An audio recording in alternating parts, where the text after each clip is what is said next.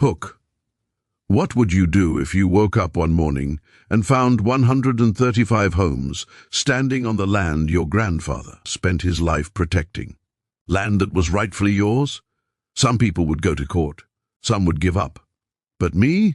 I walked to the dam my family built 70 years ago, and I opened it. And when the water began to roar, I knew nature was about to reclaim what was stolen.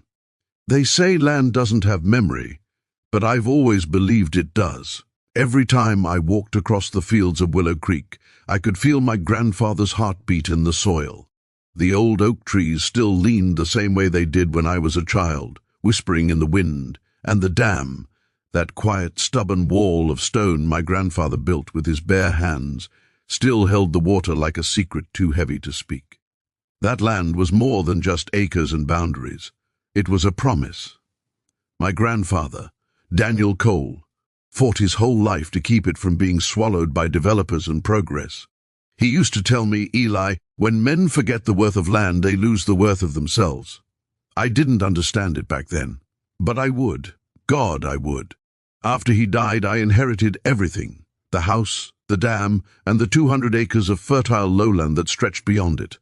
But grief does strange things. I left for the city, chasing work, chasing noise to drown out the silence. For 10 years, I barely came back. I thought the land would wait for me, like it always had.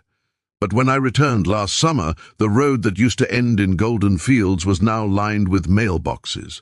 The trees were gone, replaced by street lamps.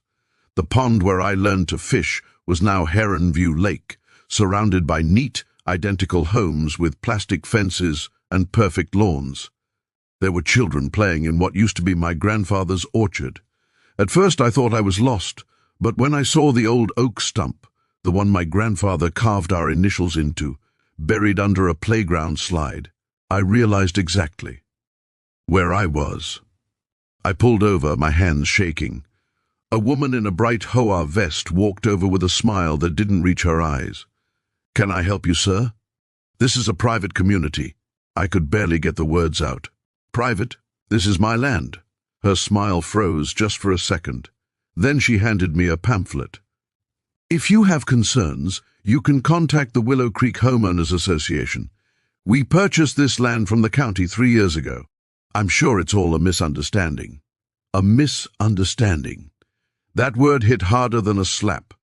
I spent the next week buried in papers, maps, deeds, and old letters my grandfather had kept in a rusted tin box. I found it. The original deed, dated 1954. Signed, sealed, legal. My name was on the current title, too. But when I brought it to the county clerk, they shrugged. The county auctioned it for unpaid taxes, they said. Must have been a clerical error, but once sold, we can't reverse it. A clerical error. That was what they called stealing a man's legacy. I tried calling lawyers. I tried reasoning with the HOA president, a smug man named Robert Keene who wore too much cologne and smiled like he owned the world. "You should have taken better care of your affairs," he told me, standing in front of a row of identical houses. "This neighborhood is worth millions now. We can offer you a small settlement if you agree to walk away peacefully." Walk away. When I refused, they laughed. Then they threatened me. Legal notices, trespassing warnings, even a restraining order when I went to see the dam. But they made one mistake. They forgot what my grandfather built, and what he built it for. The dam wasn't just for irrigation. It was a safeguard, a quiet, powerful force holding back the river that once flooded these plains every spring. I remembered him showing me the manual sluice gates, how to open them, how to close them. I remembered his warning, never open them unless you want the land to remember who it belongs to. That night, I drove back to the dam. The moon hung low, painting the water silver. I stood there for a long time, listening to the frogs and the far-off hum of the houses that shouldn't exist. My hands trembled, but my heart was steady. If they wanted to build over my family's grave, then they'd learn. Nature always collects her debts. And as I gripped the old wheel and felt it creak under my hands, I whispered to the night, "Grandpa, I'm sorry." The first gate turned with a heavy groan, then the second. When the roar of water began to rise, so did my heartbeat. This was the sound of justice. The roar of the dam filled the valley like thunder rolling out of time. It wasn't just water. It was history, fury, and heartbreak breaking free all at once. I stood there in the dim moonlight, soaked in mist, watching as the river clawed its way down through the ravine. The air smelled of wet earth and something older, something wild that had been waiting too long to breathe again. At first, I thought I'd gone too far. My chest tightened as I watched the surge rush toward the newly built homes. Headlights flickered in the distance, voices shouted, and car alarms began to wail. A part of me wanted to turn the wheel back, to shut it all down, to pretend I could undo what I'd started. But another part, the part that remembered my grandfather's calloused hands and the way he'd stare at the horizon, knew this wasn't destruction. This was correction. The dam didn't burst, it released. It didn't rage, it reminded. The water spread through the valley like a living thing, curling around the half-finished foundations and the manicured lawns that had replaced my grandfather's fields. By dawn, Willow Creek looked like it used to. Half water, half land, fully alive. The river had come home. By mid-morning, the news vans arrived. Helicopters circled overhead. The HOA community was in chaos. Residents shouting, carrying boxes, wading through knee-deep water. I stood by the old oak stump, mud up to my boots, when a reporter shoved a microphone toward me. "Sir, are you aware that this area has suffered a severe flood? Authorities say the dam was tampered with. Do you have any idea who could be responsible?" I looked at the camera. For a long moment I said nothing. Then I smiled, tired, heavy. Maybe the land finally remembered who it belonged to. Of course they twisted it. By noon, my face was plastered all over the news.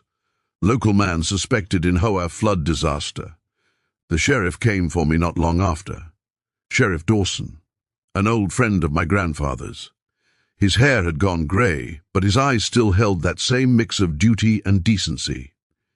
"Eli," he said quietly, standing in my doorway, "tell me you didn't open that dam." "I didn't lie. You and I both know that land wasn't theirs to begin with." He sighed, took off his hat, and looked at the muddy horizon. "That may be true, but they'll still call it a crime." "I can live with that," I said. "What I can't live with is watching them pave over my family's legacy and call it progress." He stared at me for a long moment, then nodded once. "I'll give you till sundown before I file the report." That day felt like a lifetime. The water settled by afternoon, and when I walked the valley's edge, I could see what the flood had done. It hadn't destroyed everything.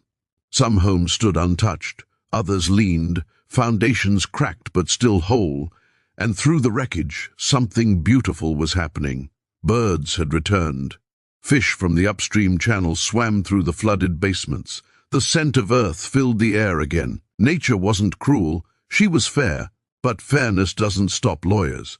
By the next week, the HOA had filed lawsuits, the county threatened to seize what little land was left, and the developers demanded damages in the millions. The press called me the man who drowned a neighborhood. But others, people I'd never met, began showing up. Farmers, conservationists, old families who'd lost their land to the same kind of greed. They called me the man who made the river speak again. An old woman from the next county hugged me one morning outside the courthouse. "My daddy used to fish in that creek," she said, tears in her eyes. "Thank you for bringing it back. It broke something open in me." For the first time I realized this wasn't just about me or my grandfather. It was about all of us, people who'd watched the world change so fast it forgot its own roots. The case dragged on for months. They wanted to put me in prison. But evidence was tricky. No cameras, no witnesses, no fingerprints they could prove. The dam was old, the gates rusted, the locks weak. The official story became a mechanical failure due to neglect. They never proved otherwise. By spring, the valley had transformed. The homes that survived were abandoned, their owners unwilling to rebuild on ground that now refused to stay dry. The county declared the area a protected wetland, citing environmental reasons. The same land they'd stolen now had federal protection. When I walked there again months later, The wildflowers had returned. The air was clean. The dam stood silent, half covered in moss, as if it had been waiting all along for peace. I knelt by the water, touched the soil, and whispered, "You got it back, Grandpa." I built a small cabin near the edge of the water. Nothing fancy, just wood, stone, and quiet. Sometimes hikers come by and ask about the story. They've heard rumors of a man who opened the dam and let the earth reclaim itself. They ask if it's true. I always smile. "Depends on what you believe," I tell them. Maybe the land just decided it had enough, and when the sun sets and the sky turns copper, I sit by the water and watch the ripples fade into stillness. The world has its own justice. It doesn't always come through courts or papers. Sometimes it comes through the voice of a river. Final message. Progress means nothing if it forgets its roots. You can build homes, roads, and fences, but you can't own what was never meant to be possessed. Land, like memory, always finds its way back to truth, because in the end, nature doesn't need permission to remember who she belongs to.